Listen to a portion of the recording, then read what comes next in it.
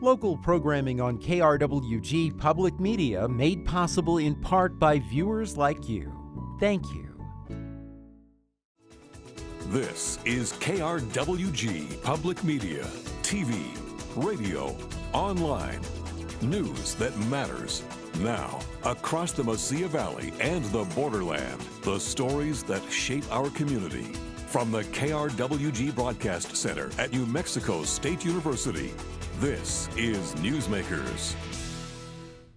Welcome to this special edition of Newsmakers, the best of living here. I'm Fred Martino. Today we take a closer look at some towns and cities in southern New Mexico that are worth exploring. From Alamogordo with a zoo and space museum to Truth or Consequences, home of natural hot springs, and Silver City, where a devastating flood reshaped the town's main street.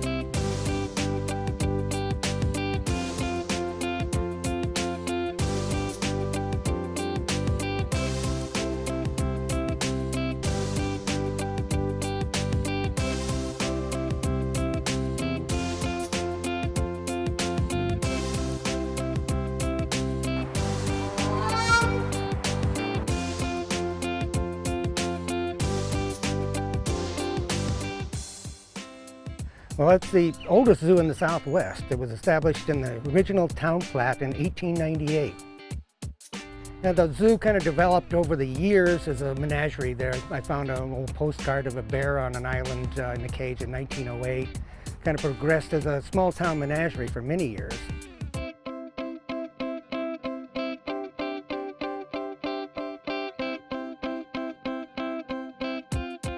We have both exotic and native animals. We've got some good footage this morning of our mountain lions, and next to them are black bears, our coatis, fox, otters.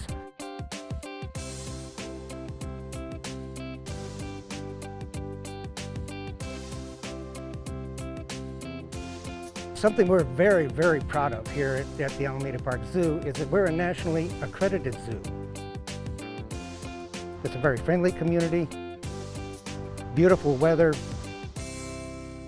We call ourselves the friendliest place on earth.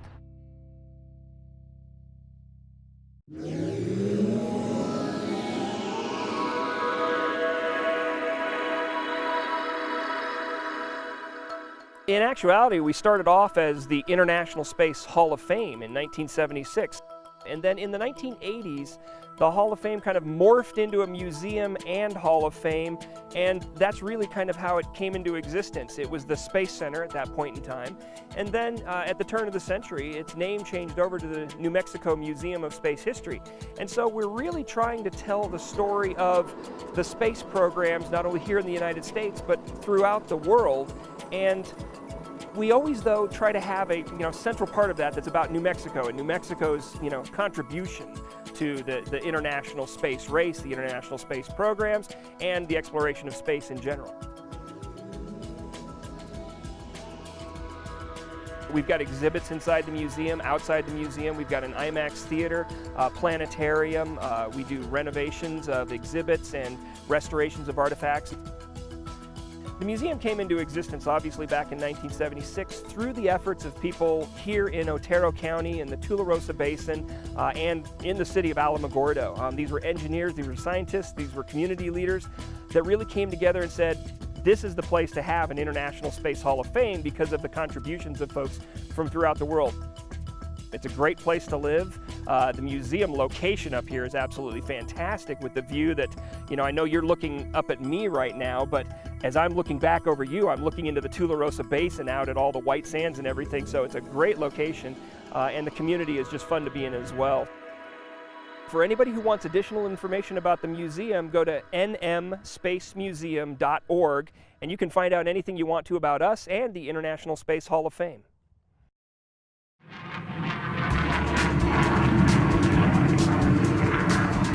Alamogordo is home to Holloman Air Force Base. Alamogordo certainly claims Holloman Air Force Base as part of our community. Whether or not you're a civilian or you're military, you're heavily affected by the military here in Alamogordo. Even if you've never served or you've never had a family member that serves because of Holloman Air Force Base, Alamogordo is a vibrant, active community.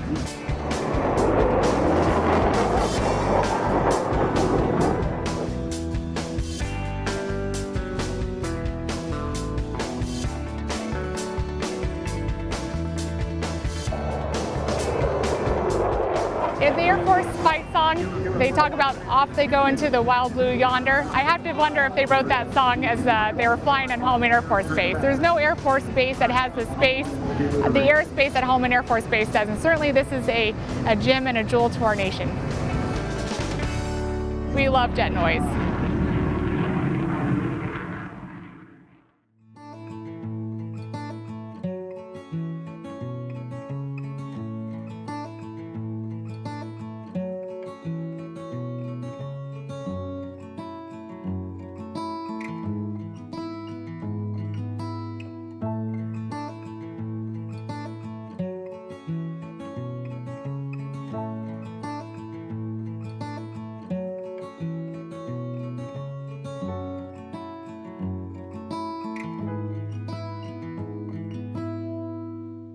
We're the town that changed its name. Back before 1950, we used to be called Hot Springs, New Mexico. And as the story goes, Ralph Edwards, producer and host of a television and a radio program called Truth or Consequences, it was a game show. He said, your name is Hot Springs. There are over 30 hot springs towns in America. If you were to change your name to Truth or Consequences, you would stand out from the crowd. You'd be the only town in the world with that name. And that information trickled down evidently to the mayor of TRC, and they held a vote in 1950, and the community voted to change its name. Right now, if we were to dig about 4 feet down under the ground, we would be in hot water. And of course, you have surface, more or less hot water, and then you have very deep aquifer. This aquifer contains 2 million gallons of geothermal waters, which is continually being recharged. That water that you hear possibly in the background is one of the fountains in the Healing Waters Plaza. That temperature is between 103, 104, up to about 107 degrees. We have ranching, we have the health industry, the spa industry, retailing industry, and I think we are not an expensive town to live in. Property taxes are reasonable, homes are reasonable. And I've been asked in the past, one words to describe Truth or Consequences. And in one words, I would use friendly, inviting, welcoming.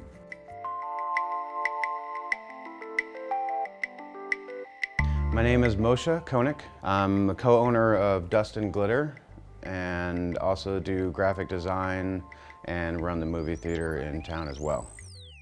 Well, we're a gallery boutique. We specialize in all things handmade. So we have a lot of art and jewelry, and I also do TRC t-shirts. I've got photography and paintings and stuff by local artists, and then other artists from Santa Fe and beyond as well that do knitting and a bunch of other things.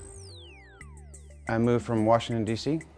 Needed a change of what was going on back then. Came out to New Mexico, kind of fell in love with the endless skies, and TRC ended up being the chosen one, so here we are. The beauty of everything, the community is really interesting and welcoming and getting to know.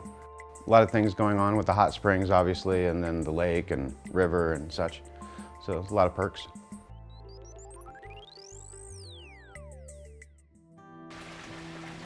There's all kinds of stories of miraculous things happening.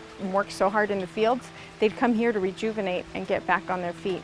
Historically, this was a mecca for people to come to. They would do a 23-day protocol, go to healers and take the waters 2 or 3 times a day. So these hot springs are pretty spectacular. They are some of the best hot springs in the world, honestly. The mineral content is so high, even though they have sulfur in them. They have over 35 minerals in them, and sulfur is one of them.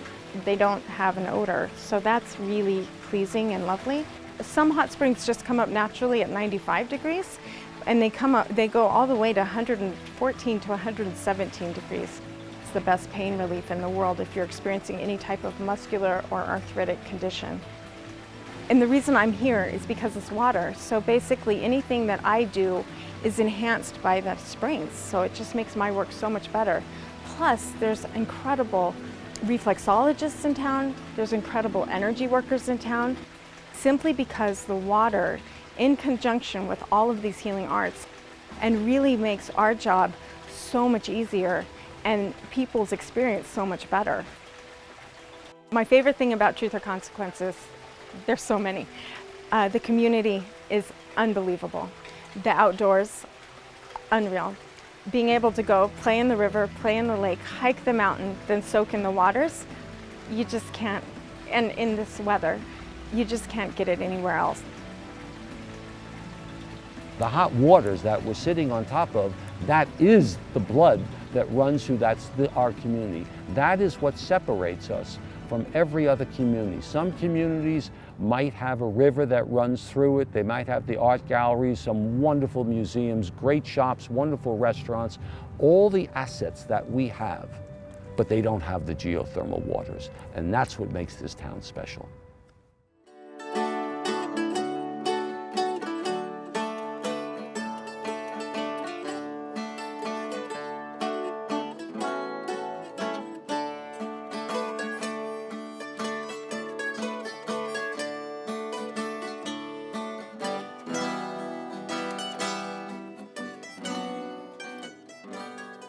This whole area, Hillsboro and Kingston, I like the very small population, the quiet, the dark nights, the fact that I know everybody, and I love the mountain.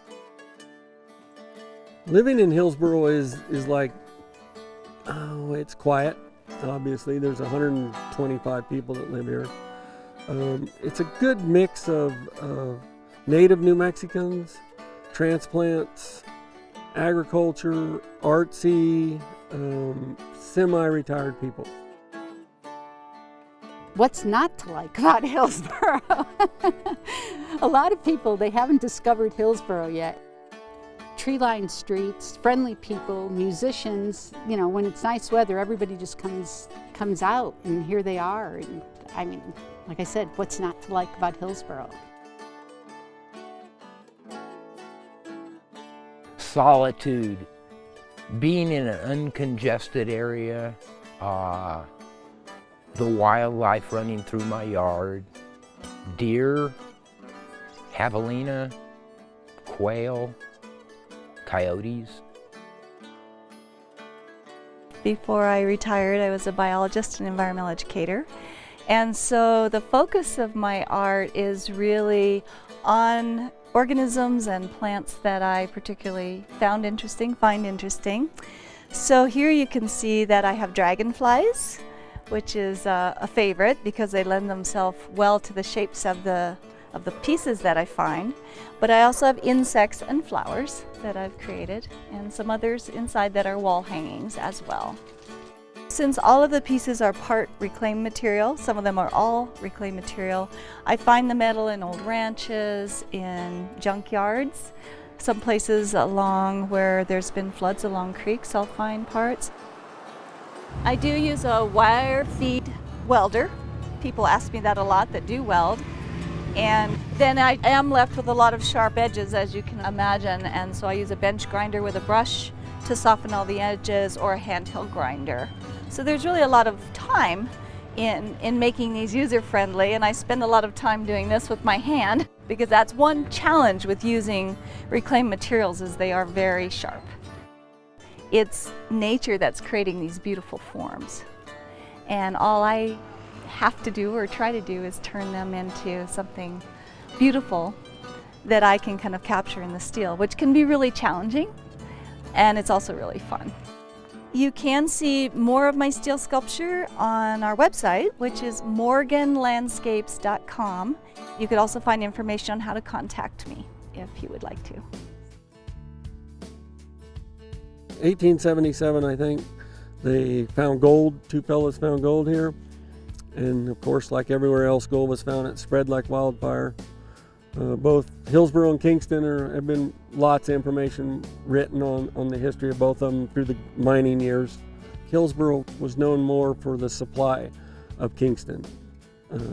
Kingston was the boom town for the gold and silver. Hillsboro was the boom town for getting all the supplies to the miners. For a little town, you have a collection of a lot of interesting people. People that had really colorful careers, people that are still artists that are still working and trying to make a living, and people that retired. So I think with the mix of people, it allows itself not to be just boring. And this little place is actually starting to breathe life back into town. Because now, along with our community center, we host a variety of events that bring people out of their homes. People appreciate it up here because we don't want our town to die. The bar was like the meeting place for the whole town. It's where everybody gathers. It's where everybody socializes. So we've kind of filled that niche through the winery, is to have a social gathering place. But it's still a great place. I think if there's one thing I wish we had is our gas station back open. Our gas station and convenience store, I think everybody misses because it's 40 minutes to go to Tier C. So if you come home and you need milk, bread, you're out of luck. There was so many interesting minerals and things around this area that it just got me into the rocks. And now that's my passion, is going out collecting the rocks.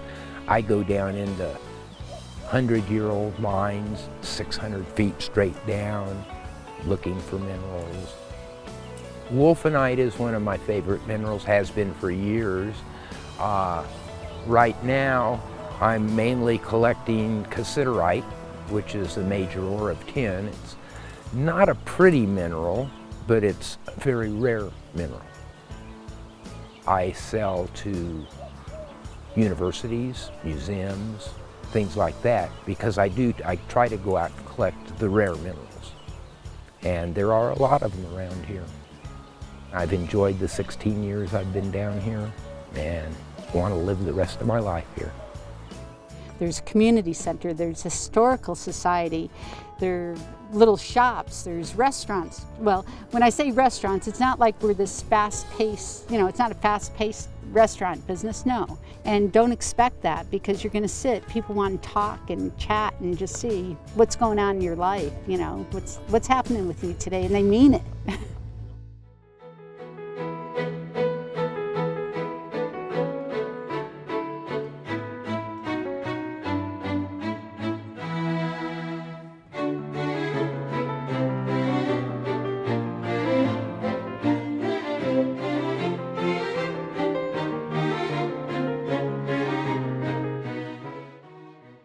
City is a very interesting historic town in New Mexico. We have a long history of a variety of different cultures living here, from the Mimbres people out in the Mimbres Valley, who are famous for their pottery, and then Apache and the Pueblan people here. And we've just also got a lot of different outdoor, geographical, unique sites located here. So we're both important historically and geographically in the state of New Mexico. So Silver City was founded because they found silver here. And so the hills around here were mined, and they are still being mined. Right now we have Freeport-McMoran is a copper mine, and it is one of the major employers in our area. So mining was and still is a very important factor to Silver City. This was a town that was built to last. It was a mining town, but unlike a lot of other mining towns, it was built with brick after a couple of fires in the early history. So if you walk around our downtown, we have lots of really interesting architecture, lots of Victorian homes, but also Art Deco. And so it was a town that has a lot of history and a lot of old buildings that you can still see and walk around. Although we had this series of floods, and they became so regular in the early 1900s, that people referred to the flood season. It wasn't the rainy season, it was the flood season. But on the night of July 21st, 1895, a flood came that there was no turning back from. It seems that right where Main Street had been placed in this grid of town streets happened to be the place where the floodwaters from the Pinos Altos Mountains wanted to flow. About 3 feet of water swept through the downtown area. After that, there was no point in rebuilding the street. There were bridges cobbled together so that people could walk across. But that was the point when Main Street was no longer a street that was kept up as a street. It was sort of considered an arroyo. Now we have a number of different trails. One of them you see right here, which is called the Big Ditch, or the Big Ditch Park. And so they've created a park now here and moved Main Street back up onto a higher elevation behind us here. I guess my favorite thing is the arts and the culture. We've got a lot of studios and artists here. We've got a couple of different theater groups. We've got fantastic restaurants. And during the summer we have just festivals and festivals and festivals. And so they're wonderful family events and a lot of culture. It's a gorgeous southwestern sort of climate. So I kind of like to think of us as being a hidden gem that a lot of people still need to explore. I love the people, I love the weather, I love the security I feel here. I just couldn't see myself anywhere else. And I enjoy Silver City because of our theme parties. It's fun dressing them all up. We've gotten these wonderful people that have moved in, and we have so many talented people here. We have people come in loving Silver City, even though they're not native, but they love it. They have improved it. They've opened up shops. And the important thing is they don't want to change it. We have some of the best events going on. And it's almost like I have to go month through month through month because there's always something going on. If people tell you in Silver City they're bored, they're living in a cave because there's something going on just about every weekend. We actually have everything here. We have lots of painters, sculptors, we have glass artists, we have mosaicists, we have mixed media, we have encaustic. You think of it, I think basically that we have it. I mean, it's a good place to come and check out art, for sure. Beautiful place to be. Couldn't ask for more. I'm from Cincinnati, Ohio, and I came here to study zoology, and I just kept being pulled back into art. I'm mixed media in a variety of ways. I'm also a theatrical lighting designer and a writer. The art scene here is diverse, culturally aware in most cases, pretty vibrant and ongoing. There's something about just being a little more open and a little more free here. The nicest thing about Silver City is you can drive 15 minutes in any direction and be out in the forest.